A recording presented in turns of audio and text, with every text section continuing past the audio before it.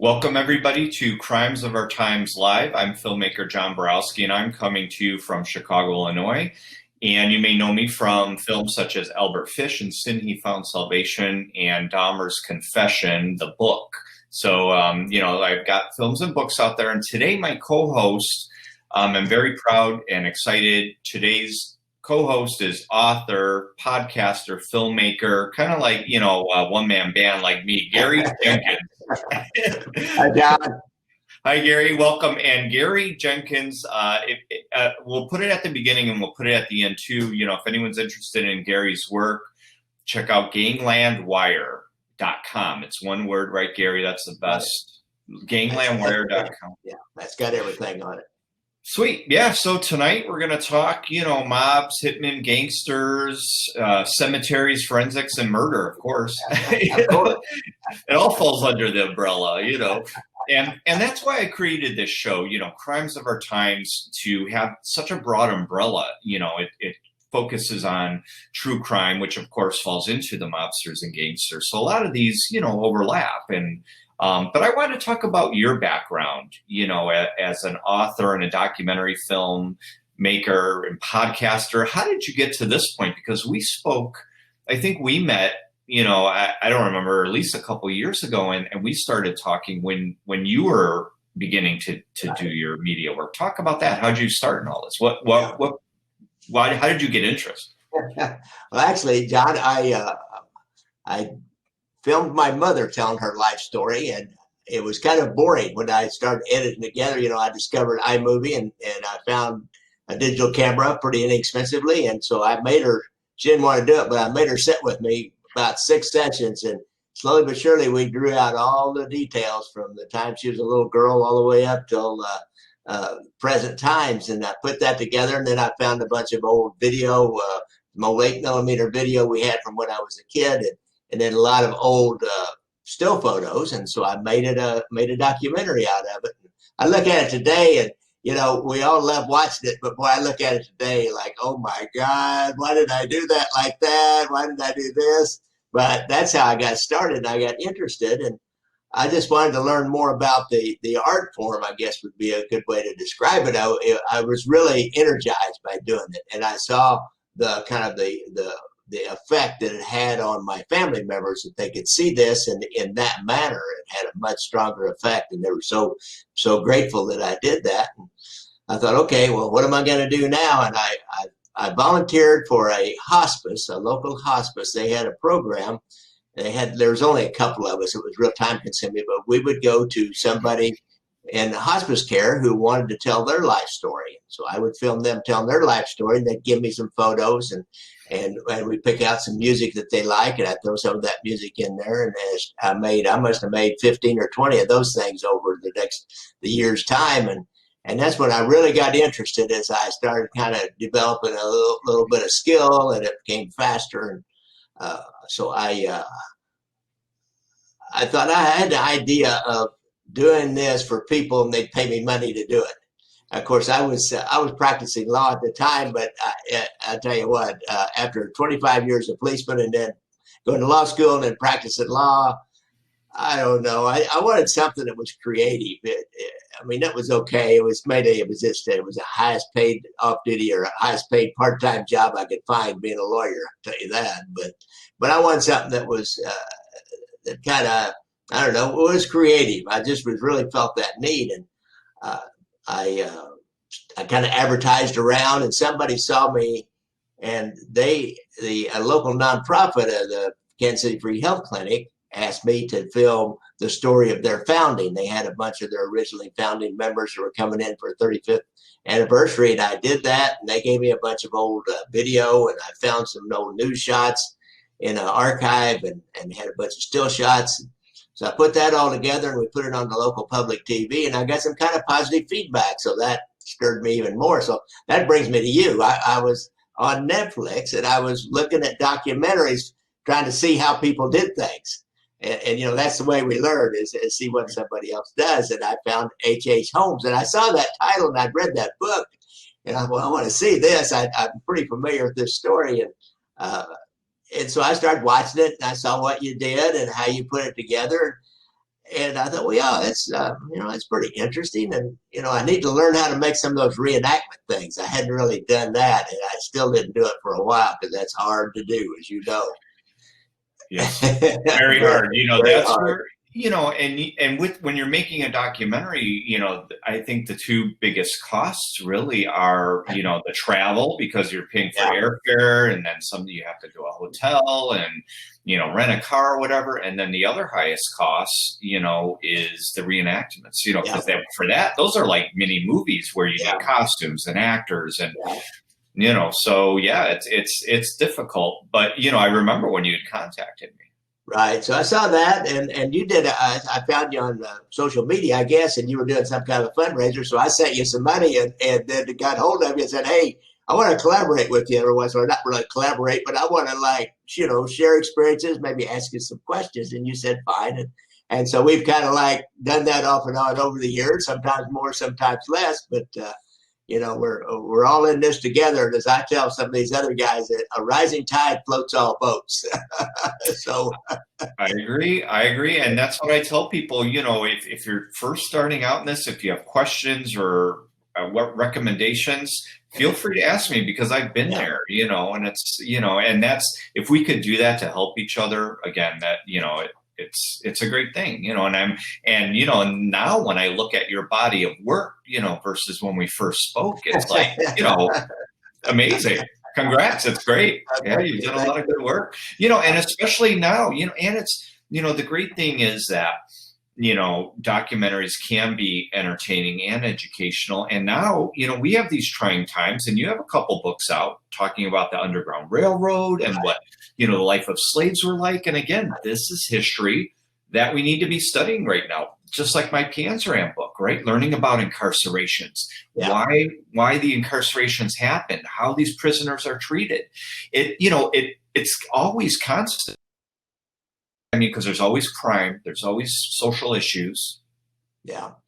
And you bring up those first two movies I did. The first one, I decided I was going to really put some money into it after the Kansas City Free Health Clinic movie. And I said, okay, what's a story that's not really been told, that's somewhat local, and they've told a lot of stories, but the story of what it was like for a slave in a Missouri farm has never really been told by anybody. We know about what happened down south, big plantations. As I figured, it was different in Missouri because we have nothing but small farms, primarily, except for a few down in the southeast part of the state. So you know how it is. If you cast out a wide net looking for experts, you're going to find an expert on anything. And immediately I found a University of Missouri, Kansas City professor who had just finished a academic book called Along Slavery's Borders, the story of slave life in Missouri farms. So I went over there and got her and snagged a whole bunch of interviews with her. And I found 3 or 4 other guys. I made a couple of lifelong friends out of it. One of them died recently. And another guy, I had a question about Black history because he's kind of a self-taught Black historian in Kansas City, but he knows everything about Kansas City Black history. And I had a question the other day, and I had an argument with a guy about the name of an old clothing store over at 18th and Vine, which is a Black area. And I say, this call Sonny up. And he said, oh, yeah, it's Harold Pitters. I said, okay, thank you. So I did that. And one of the guys that helped me with that movie was he was the soul of the movie. When you're making a movie like this, they call it your Shelby Foote moment. If you know about Ken Burns' Civil War documentary, he found that expert Shelby Foote that was just the soul of that movie. And so I found a guy named Jimmy Johnson, who's, rest in peace, he died in the last 3 or 4 years. And he had a personal story that connected his family back to a slave on a Kansas City area farm who escaped during the war, joined the military, fought in the really what was the first battle between African-American troops and regular Confederates out here in the south central part of the state, long before they drafted any Black troops back east. They did it out west here in a small way, and then retired to a farm in Kansas. And so he was able to tell that story because he had researched it all out. He'd even gone up to his great-great-grandfather's slave farm and done an archaeological survey. He had studied archaeology in college, and he did a survey of it, got a grant, and wrote a document talking about this is what he found on the slave farm. So, and then he wanted me to do the Underground Railroad story. So I did the Underground Railroad in the Kansas, along the Kansas border. Spun out of that to that book I did about a particular story along there. So that's, I felt like that this was really important history and that people needed to know. And I was able to get a lot of screenings locally. It's not, neither one of them have ever gone national. No, we don't have much interest in this outside of Missouri and the Kansas City and the Kansas area. But we've got a lot of documentaries, all the libraries around, and then a lot of clubs and stuff will have me come and talk about those, particularly about the Underground Railroad. So I feel like I've done something to pass along that Black history. Yeah, that's, again, it's amazing, and it's history, and you're not, is your stuff on Amazon Prime? It is. It is. Yeah. I'm dealing with an interesting story about that. I've got like one movie's for rent and one movie's on Prime. Freedom Seekers, the Underground Railroad is for rent or for sale on Prime. And the other one, I changed the title to it. The original title, and Jimmy Johnson told me to keep it. And I said, I don't know, man. And it was, and that came from a ad in an old Missouri newspaper that was a common practice back then, was to hire out extra slaves. And so they would advertise if they had extra slaves they wanted to hire out, they would advertise and say Negroes to hire. So I put that title on there, and I got a lot of negative feedback over the years, and I changed the title and I'm resubmitting it to Amazon as Slaves to Hire. And I'm waiting for them to approve it now and to get it on Prime. And it's only been as a DVD. It was in Create Space, and I've got to get it up as a rental so people can easily rent it for I got put 99 cents on it. So awesome. Yeah.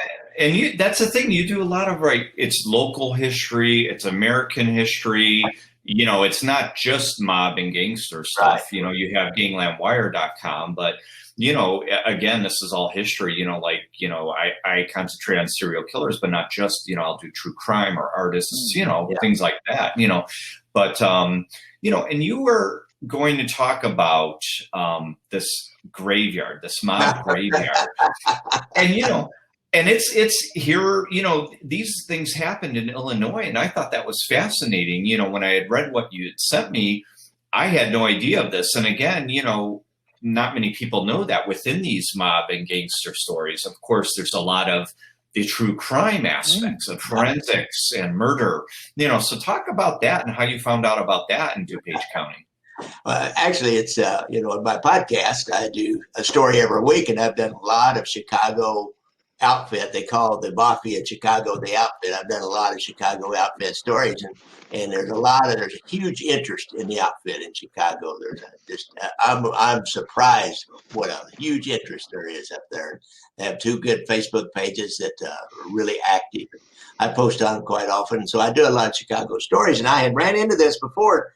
And so I might have to look at my notes for this, but so when we talked about doing this, I thought, well, what have I got in Chicago that kind of fits across the genres from mob to horror crimes and serial killers and that kind of thing. And of course, the mob guys, they kill a lot, but you might not describe them as serial killers. Although some of them you might describe as serial killers. I'm not sure. Well, I know. And we only got an hour. We know Klupinski. We're going to get to Klupinski. Okay. But, not many people know about this weird, mobster graveyard thing. And that's, we want to, of course, talk about on the show about, things people are aware of, but also these, other fascinating topics that aren't, like this, weird, graveyard, which is, and everything behind it that you've uncovered recently. Brilliant. And, let me see where you can go find this. It is up in DuPage County. It's near 91st. And there's a treatment center that's been built over it. So it's south. 91st South. 91st. Oh, here, wait a minute. Here's excavated many acres near Route 83 and Bluff Road near Darien. Route 83 and Bluff Road, and there's kind of supposedly a drug and alcohol treatment center has been built over the spot now. I did kind of look that up once because I just stumbled across this story once when I was researching other outfit things, and you know how they got onto it. They made a case on a guy named Duke Basile. He started talking, and he wore a wire on another guy, another mob guy. I won't bore people with these names, but he's wearing a wire, and he gets him to talk about different murders. Now, when was this again? This was like 1987, 88. Okay, that was in 87 when they were talking about it. Yeah, when they first talking, it was 87. He was wearing a wire on Jerry Scarpelli, who was one of his, what we call a rap partner, a fall partner, somebody he had done crime with. And actually, he turned because he knew they were wanting to kill him. They were afraid of something that he knew. And Scarpelli knew about this mob graveyard where they'd taken some bodies and buried them. Was up real close to a guy named Jerry Scalise's house, who was during that time was in jail for a jewelry heist in London, England, of all things. I mean, these guys are they're transnational, shall we say? But so he told them about this mob cemetery, and they went up and started digging. It was up near this Scalise's former home, and they dug up acres and acres, and they hand sifted everything. You got to hand sift everything, because if you do find a body, you don't want to. You might miss. Somebody might have dropped something. Somebody might have dropped a button. Somebody might have dropped some lucky charm that they normally carry, and they're the only guy that has that lucky charm, or who knows? Maybe their billfold slipped out of their pocket, their driver's license, and one of the killers. But they could left evidence of themselves just by accident, and it could be really small. And plus, you don't really know, did they cut up the body, or there pieces of something off the body? Maybe you'd find a ring somewhere. So you need to sift everything as you go through it, and find every bit of evidence you could. And it took a while, and it was a big deal because it got out to the news, and there was helicopters swirling around. They got the state police to guard the scene 24 hours a day because it was a crime scene.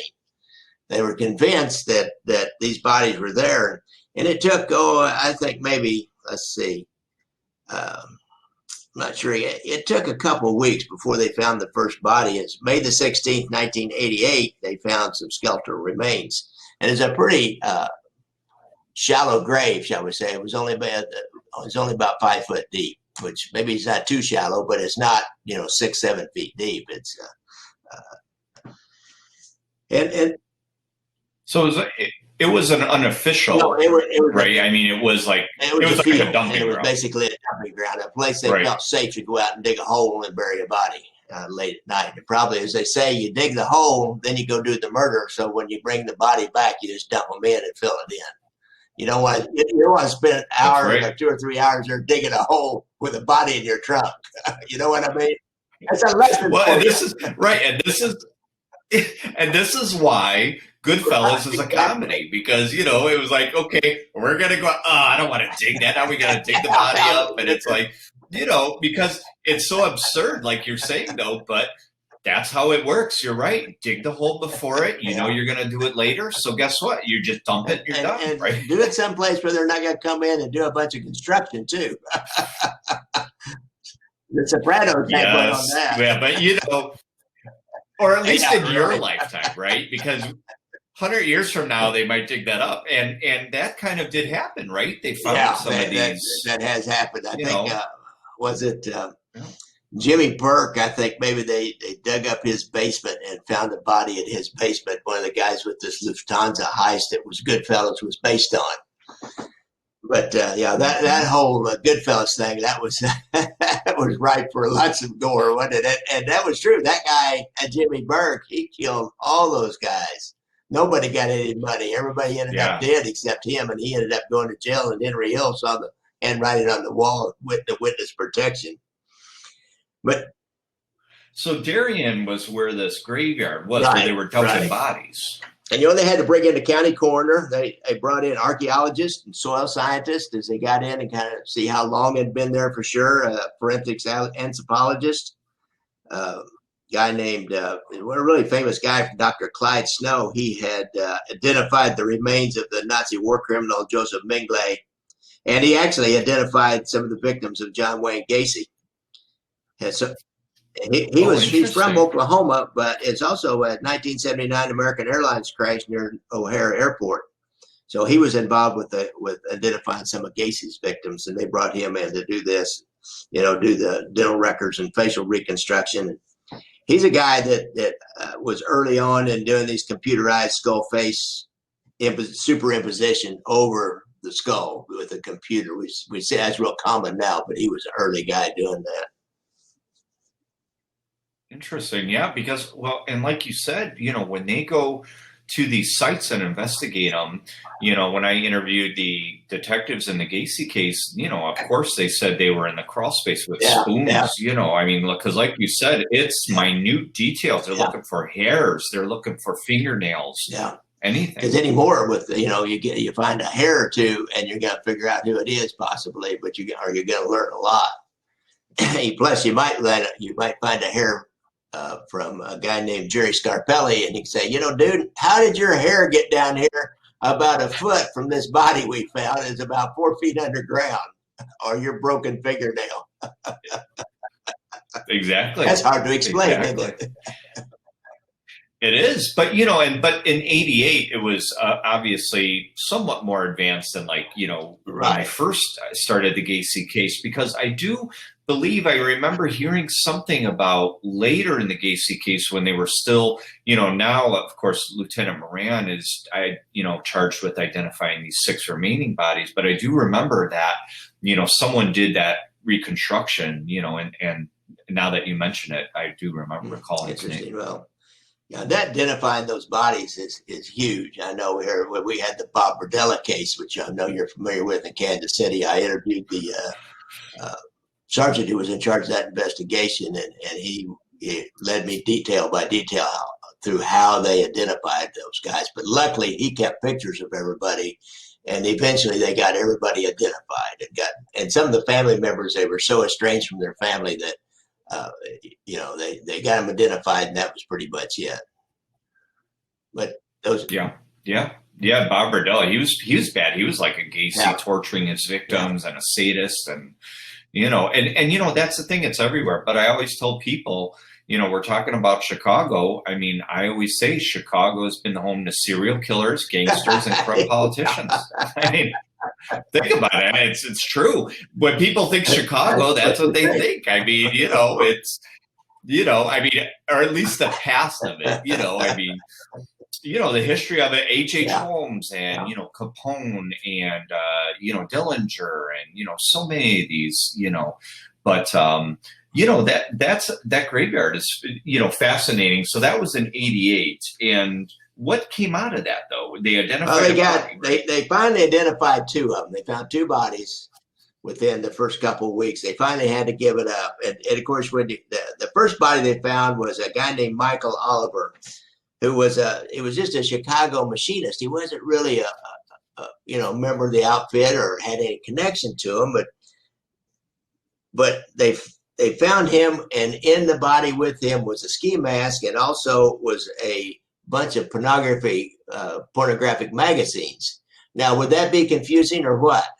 Here's a Chicago area machinist in a mob cemetery who's been killed by a mobster with a ski mask and pornographic magazines. That's like it's confusing, right? Because and now here's the other thing. Do we know if the pornographic magazines were gay or heterosexual? Because but it might have been like a setup, right? Like, if they're gay, we're going to throw them in here to throw them off to think this guy was killed because he was gay, right? I mean, they think that way.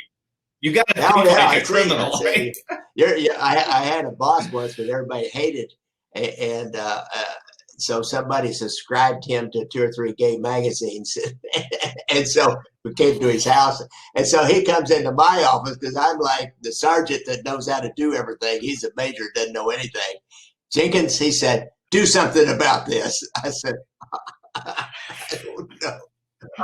What do you want me to do? Review it or?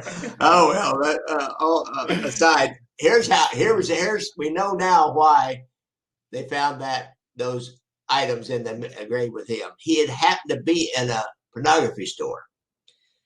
Some outfit guys. There's like some kind of a little porn shop war going on. They control different porn shops. Like I've got this one friend, Red Wilmette, who had a porn shop in the south downtown, I think, and he was working undercover for the FBI. And there was these porn wars going on, and so there's a porn shop where this guy was there, and I don't know exactly where. Oh, it was near Elk Grove Village. I see. I did have my notes. But they found out from, remember I said Basile wore a wire on his buddy Scarpelli, and Scarpelli told Basile about killing this guy accidentally when they raided this porn shop. So they had to get rid of the body, and that's their ski mask was, they were acting like they were robbing the place. So their ski mask was something they had with them, and the porn magazines, I think probably somebody grabbed them up and took them and said, get rid of those things, just throw them in the hole there. Yeah, right, because fingerprints. So that solved the mystery of why the porn magazines and the ski mask were in this Chicago area machinist grave.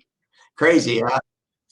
Well, and what I learned recently working on the documentary on John Wayne Gacy is that I did not know in this, 70s and maybe even before, the gay bars in Chicago were owned by mafia, because that's the only way they could protect them from the raids, because they would pay off the police. Yeah, So it's interesting, not many people know about how all these histories overlap, the gangsters, gay rights, law enforcement, all these things. And they're all important to tell these stories. So they found that guy, and then they found another body. And one more thing about what Scarpelli, what they overheard him saying, was they had the scene out of Goodfellas playing. They said, well, how are we going to dump? He told Basile, he said, we were trying to figure out how to dump this body. We didn't want it found ever. And we didn't know exactly where to dump it. And then we finally came up with this, we knew about this farm up here in DuPage, or down here in DuPage County. And he also told them that they had a bite to eat while they discussed how to get rid of the body. So right out of Goodfellas with the mom, right? The mom from Goodfellas. So, I know, and people don't believe it, but it's like, yes, these things did happen. Now, the second body, actually, it was late. It was almost a year later. They stayed there a long time. He was Robert Bobby Hatridge. He was a 56-year-old man from Cincinnati. So when they get him identified, I couldn't find out how they identified him. DNA wasn't that, didn't have all these databases back then, but somehow they figured out who he was, probably searching around different missing persons for somebody who was about that age and that size. You'll find them eventually if somebody reports him missing. So they talked to this Hartridge's girlfriend back in Cincinnati, and she relates that last time she saw him, he was going to Chicago in 1979, and he told her that he was going to meet with a guy named Jerry Scalise and Jerry Scarpelli about doing a big robbery with him. So there we go, right back to Scarpelli and Scalise, whose house was close by, and he never came back from that. So that's kind of the end of the story as I know it about the. They still think there's bodies up there. They've gone back, and since then they couldn't find anything. And I'll take that back. They did find a construction crew found a third body, who was another mob guy, although he was a periphery mob guy. Again, none of these are big time mob guys, and I don't know. Maybe a lot of times the big time mob guys, they'll leave their bodies to be found it's like a signal. Hey, we killed this dude, and this is a sign. And this was a guy named Robert Charles Cruz from Kildare, Illinois, and that must be in Chicago suburb or Chicago area. And he happened to be a cousin to a well-known outfit killer named Harry Aleman. And Harry Aleman was the premier enforcer and killer for the outfit during the 70s. They were lining up all the bookmakers. All the bookmakers needed to pay us what they called a street tax, and this was new, and a lot of them didn't want to do it, and so he had to make an example out of 2 or 3 of them, and he killed several guys. He was the kind of guy they'd say he'd go from being your best friend to this dead-eyed stare and would kill you in a second. He was just one of those kinds of guys. And we still don't know why, but an interesting little sidelight on Mr. Cruz. He did something that incurred the wrath of his cousin, I would say, Harry Haleman. And if he incurred the wrath of the outfit, many times it would be Haleman's job because it was his cousin to go take care of him. But this guy, talk about a hard luck guy, he had been on death row for some kind of a murder down in Arizona, got an appeal, got his conviction overturned, and it was 2 years before that he'd just gotten released from death row in Arizona, and came back to Chicago. And sometime after he got sent back to Chicago, he disappeared again, and they finally found him in this mob graveyard. So dumping ground. There's probably more graves up there, but I don't think anybody's going to do it. Like I said, mainly over the area. They put a great big treatment center in there now. That's really interesting. And now, I mean, I'm sure, a lot of viewers out there, we don't know. I mean, like my education was from The Godfather and Goodfellas, I mean, is there still, mafia or organized crime other than Congress, in America? None of it that's left is as effective as Congress, but well, yeah. But when they talk organized crime, it's not just the Italian mafia, right? I mean, there was Jewish mafia and the gay mafia, and there was all different mafias going on. So, but I mean, do they still have organizations like that? Are they secret? Are they underground? Or are they all gone? I mean, after what, 70s or 80s? Well, in each of the big cities where there was a crime family, and they really were, you're talking about Kansas City East, just a little smidgen out in San Francisco, and it's gone, and Denver, it's all gone. But Kansas City still has the remnants of our original family. There's some guys out there that I know they still meet together. They still have sports betting going on. We haven't totally legalized sports betting. And last time they took any kind of a pop was 4 or 5 of the sons and grandsons of the people I worked on when I was young took a hit for running a sports book operation, and they were laying off to a Costa Rican betting site. So they were, that's still going on. We had a couple of guys who were, sons of relatives of older mobsters who got caught in an arson for hire in the last 4 or 5 years. So they're still out there, and they still get together, and they still got something going on. It's just not to the extreme that it once was. They lost all their political power. Once they lose their political power, they're pretty much reduced to just being more intelligent than normal criminals is what they are. In Chicago, they lost, after what's happened in Chicago, Operation Greylord, where they took down half the court system and about 25% of the criminal bar, along with a few mobsters and fixers up there, why they started losing theirs. And then after the whole skim operation that started in Kansas City, which is what my movie's about, Gangland Wire, where we ended up taking down Chicago, Milwaukee, Cleveland, Kansas City, and the top bosses who were like in their 60s and 70s at the time, were the bosses and had been for the last 20 years, all went to prison for basically the rest of their lives because they didn't have that much left. So it just almost decimated. Milwaukee, there's nothing left. Chicago, they tell me there's a couple of 3 pretty good sized crews left, but they just, they can't walk in the court system and buy off the judges like they once did. They can't get city contracts. They're reduced to sports bets and probably the strip clubs and any gray market area. They tell me that they're into got people that are involved with internet scams and things like this. So they're kind of morphing into more modern criminal crimes, but I've not really seen much evidence of it. Back east, they had a guy that got involved in what they called a phone cramming scheme, where they don't even do this anymore. It used to be somebody would call a 1-900 number and they'd get like a $400 phone bill, and I remember that. And he was doing that on a nationwide basis. So they're still doing stuff like that, but it's just not anything like what it was. I think Cleveland's pretty well gone too. Right. And what has been some of your recent works? What have you been, like, not what's coming up, but what was your last release? Was it a book or a movie? And I know you also did something on the Vegas too, right? I did a book.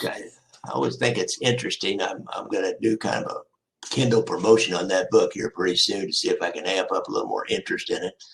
I really basically told the story of, behind how we uncovered the skim starting in Kansas City and the people they dealt with. And I was able to get all the wiretaps from the court case, there was, I don't know, I want to say 160 different conversations that were anywhere from 2 or 3 minutes to 30, 40 minutes.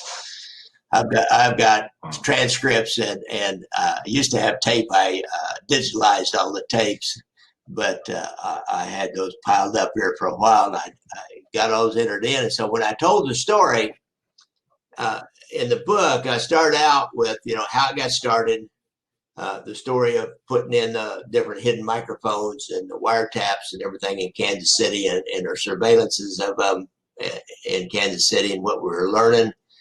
And then what we learned out of the wiretaps, out of what we call the technical surveillance, or a T3, they call that. And so I had the transcript, so I would explain what they were saying and why it was, what it meant and why it was important. And then I'd have the transcript in the book. And then in the Kindle version, I linked that to the actual audio, which I put up on my Vimeo site. So you can just hit a link on that transcript in the Kindle book and hear the actual words from the when they did it. And so then I went through kind of a chronological order how that investigation progressed and what they learned. Like we learned about how they were trying to bribe some politicians out in Las Vegas, but they couldn't seem to get it done. And they were suspicious about a guy that said he was giving money to this one politician, but did he really? Because then he would be stealing money from him. And then we got this long meeting, and the guy explained how they were skimming money, the different ways to skim money from Las Vegas casinos. And, he made statements like, I love taking money out of these joints. Like me and Shepard and my guys, we sit around my kitchen table for hours trying to figure out how to take money out of these joints. So you see that, read that conversation, but you can click on the link and go right to the actual audio. And it's pretty good audio, most of it. And I actually put subtitle or captions on the audio. So it's not perfect because the conditions were not ideal for this.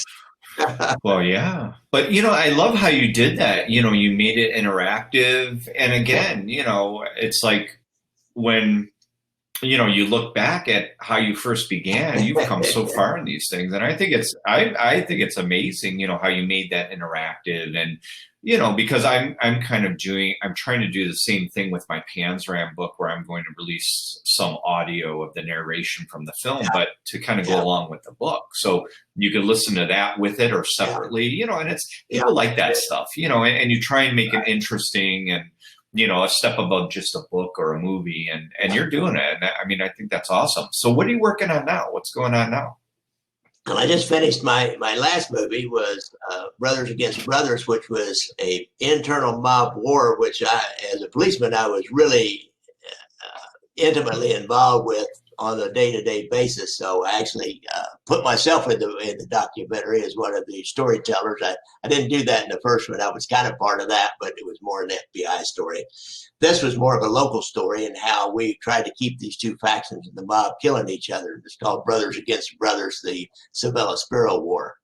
And it's, I don't know, I really had a good time making it. And again, the reenactment stuff, I spent a little more money on the reenactments each time on this one than I ever had before. I hired a guy. He shot me a pretty good price, but we spent, I don't know, we spent a lot of time out there on reenactments. I was able to find a guy with a car, a period car or two, and, you know, like some meeting places that we wanted to do and things like that, and a couple, 3 actors. And I paid some people some, and some people volunteered. So I gave them like a $25 card to get into the AMC theaters. It's hard, right? I mean, and that's the thing. That's what I'm doing for Gacy. You know, he had that, you know, I don't even remember now. He had a certain type of huge car that, you know, I talked to somebody and they were in another state and they'd have to drive it here for 8 hours. And, you know, it's like to find those, I don't, you know, actually it was almost easier for me to find stuff for H.H. Holmes from the 1890s than from the 70s. It's like, wait, because, you know, you could finagle it, make it look like it was, you know, but yeah, that's the tough part. The kind of a funny story about that. We had one scene where we wanted a stripper, or it was going to be in a strip bar. And I did want a stripper, but I didn't know how to get one. I had one scene I wanted to show, because what happened was a couple of our guys went in, and a stripper started off wanting to give them a lap dance, and they're like, no, that's okay. And she, of course, thought there's something wrong with these guys, and so she goes over and tells the guy we're following them, hey, those guys are cops over there. So I wanted to show that scene, but and so I had a couple of female friends of mine that were willing to be part of the scene, but they weren't willing to go, you know, like try to crawl up on this guy and rub all on him and everything. So I got this. I got a guy. It's kind of an interesting story. Steve St. John. He was a guy that I actually worked on back 20 years ago, and we made a case on him. And he went to jail. He went to prison, and he was, you know, he wasn't really a connected guy. He kind of like knew a lot of people in the mob, but he was in the periphery. But we made a case on him. He came back out, and over the last year, we've kind of become friends. Somehow he found out about me, and so I said, hey, you know, I'll talk to you. He said, hey, tell him to call me. And so I called him, and we become friends. So I go to Steve, and he's actually in the movie as one of the cops, or the undercover cops. But I told Steve, I said, I need a stripper. I want a real deal stripper. He said, I can get you one.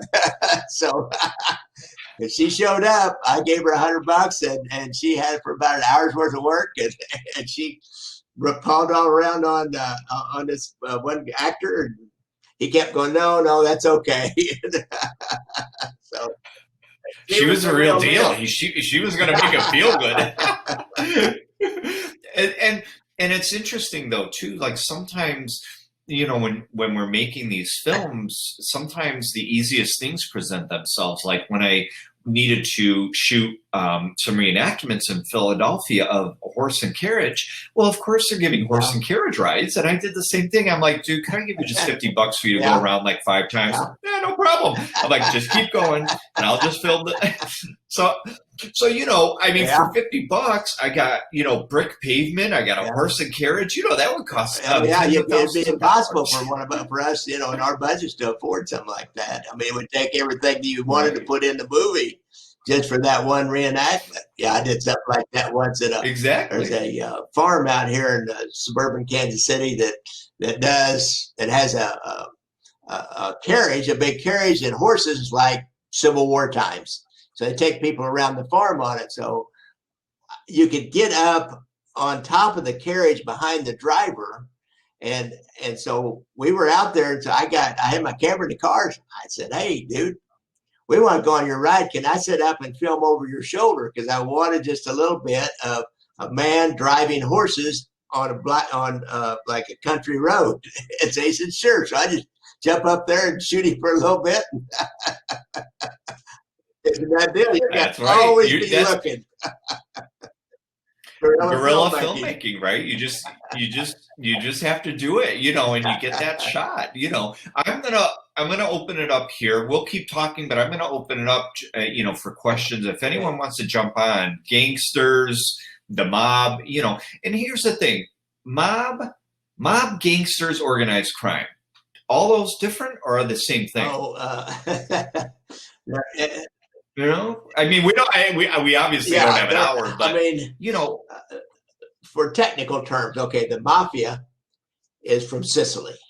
When somebody says it's a mafia, you're going to find nothing but Sicilians, and they in America they started calling themselves La Cosa Nostra, but that's the mafia, and they're going to be Sicilian.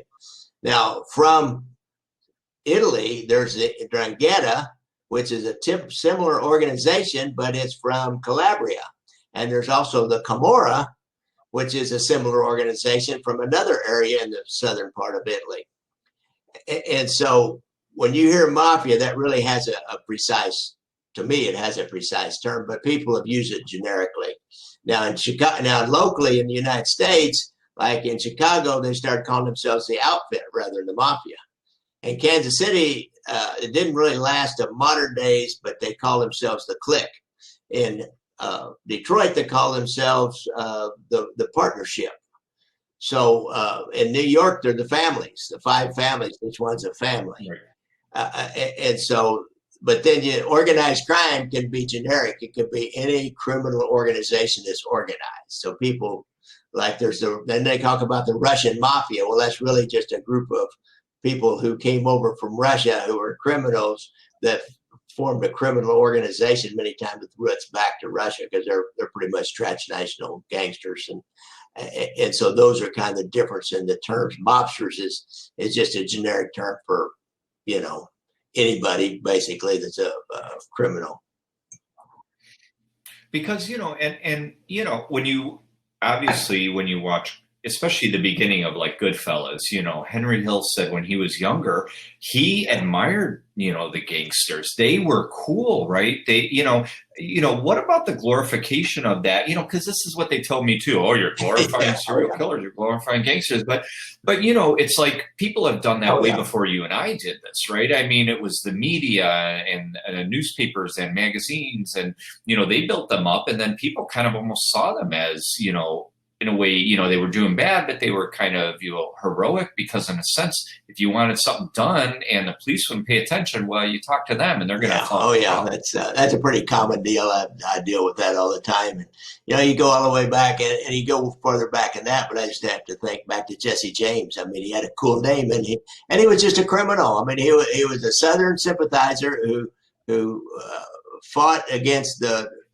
Union Army in order to preserve slavery as a way of life in Missouri, and this kind of morphed into after the Civil War was over. He didn't have anything else to do, so he kept robbing banks and stuff.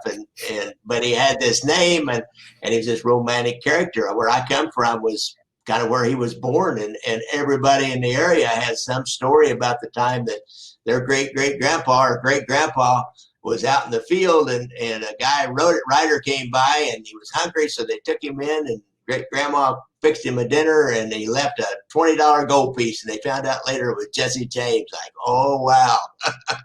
So that romanticizing criminals, I don't understand it to this day, but I got it when I was a kid. I did romanticize Jesse James, but to this day, I've got too much experience now. Well, yeah, when you're a kid, you think, oh, yeah, cops and robbers and, cowboys and Indians and all that stuff. But then, right, when you get older, you're like, okay, these are, they're not people you really put up on a pedestal. I mean, they've been made famous by the media and we're just kind of telling their stories. We're not making them any more famous any more or less. We're, like you say, telling their stories. I'd like to have a dime for every time somebody told me, well, Las Vegas was a lot better when the mob ran it. I just have to shut my mouth because I just want to say, I won't say what I want to say exactly, but the mob never ran Las Vegas. They stole money out of the casinos. They didn't run anything. Exactly. Yep. I know. And you can say whatever you want on here, but I know, for this platform, but you may not want to say it for other people.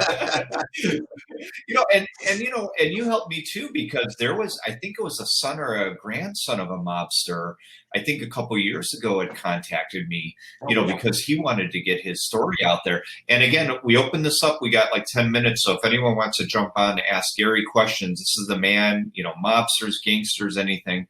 And, you helped me about that with that. So the story is, I forget who he was a couple years ago. Michael Franchise's brother. John, I think. Yes. Sure, I remember. Yeah, and he had contacted me and he wanted to get his story out there. And, it didn't come to fruition. But the first thing I did, of course, right after, somebody contacted me, I got on the phone and I called Gary. I'm like, okay, is this real or not? Because you know how that goes. Yeah. Nowadays, people could say they're anybody. I'm a gangster's son and I want this movie made about me. But, in the end, he had wanted some funding up front. And I couldn't do that. And, we parted ways and, But again, I ran to you because, and again, it's all true crime, but, they're experts in their field. And, does your past of being an officer play into any of this? Does it make it easier to, access some of these archival items? It helped quite a little bit getting those wiretaps, but I still had to jump through the hoops to get copies of wiretaps. They have to have been put in court publicly as evidence, be marked as evidence, as an exhibit.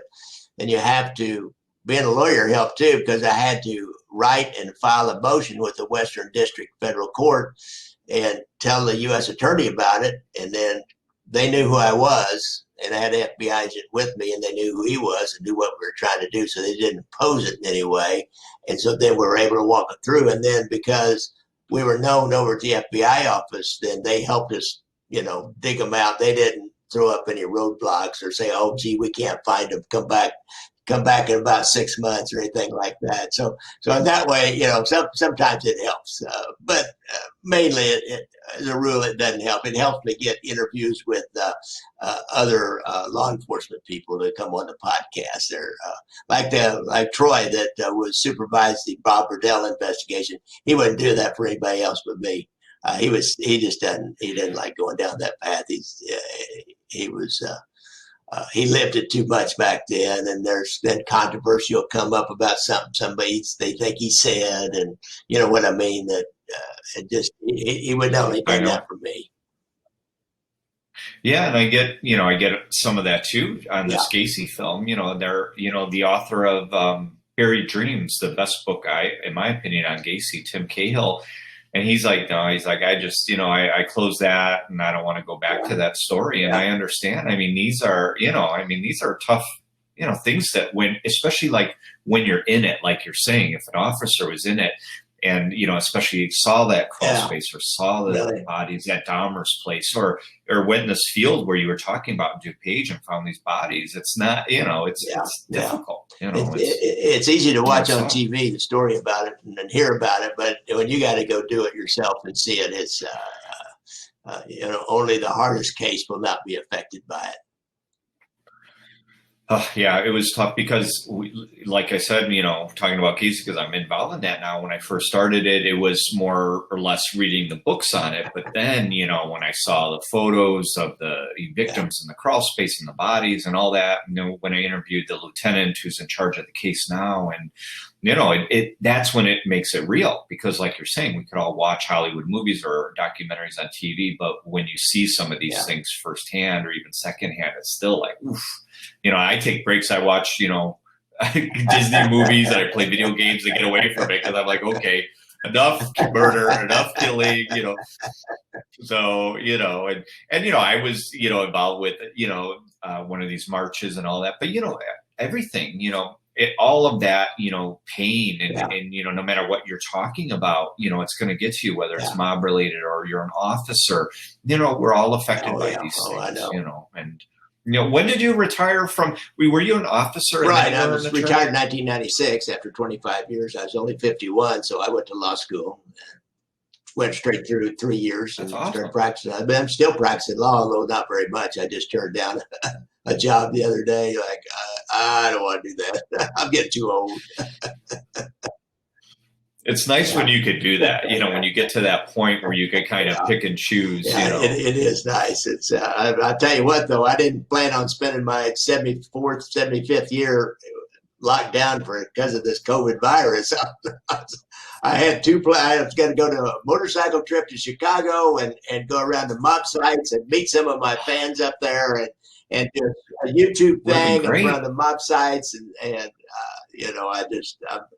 I'm not comfortable doing it quite yet. My wife is definitely uncomfortable with me doing it just yet. So Yeah, yeah, and because I wanted to have, as right when the COVID hit, I was going to have, someone involved with the Gacy case on the show because I said this would be great. We could both be on camera, here, and then you could talk to people, and I thought that would have been cool, because he's not tech savvy.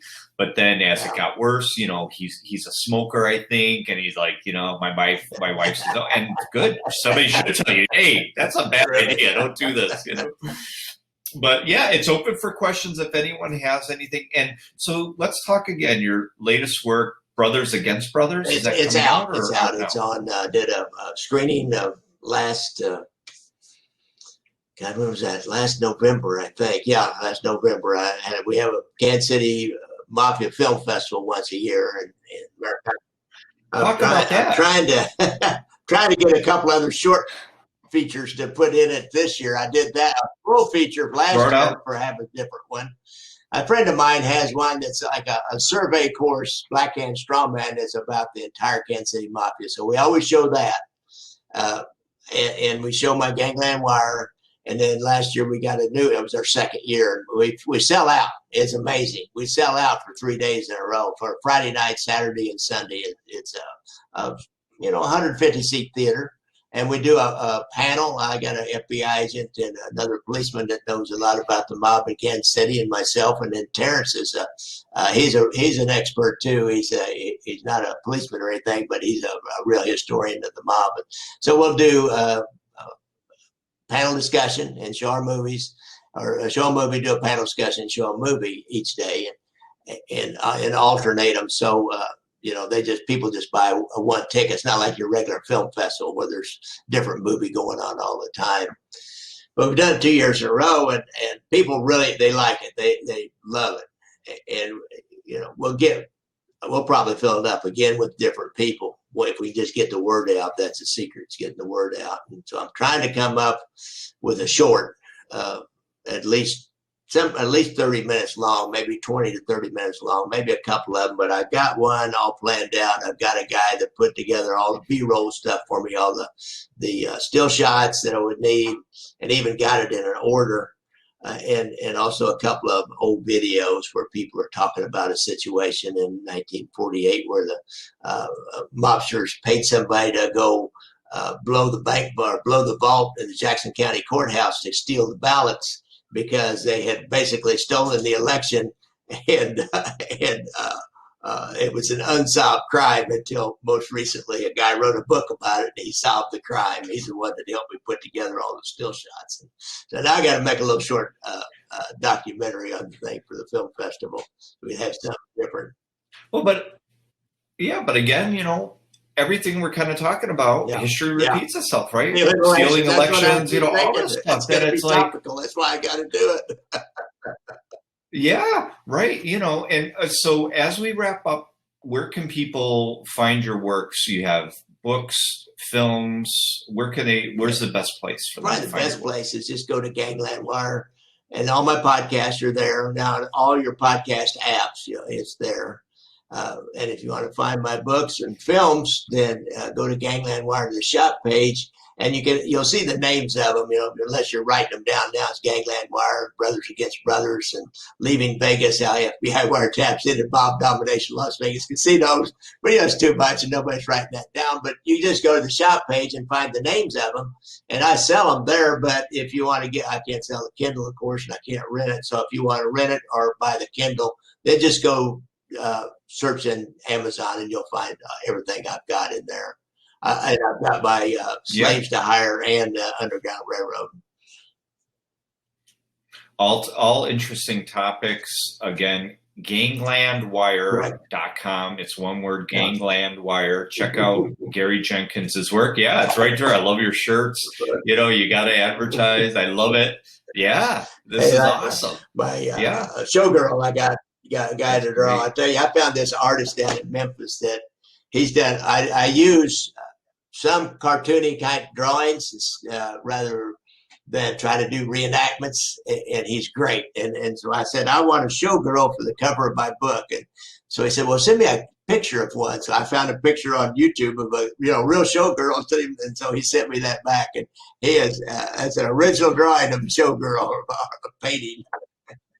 That's awesome. Gary, thank you so much. It's Right, been a you, pleasure, and we'll love to have you on, okay, and we'll have great. you on again soon. Nice talking to you.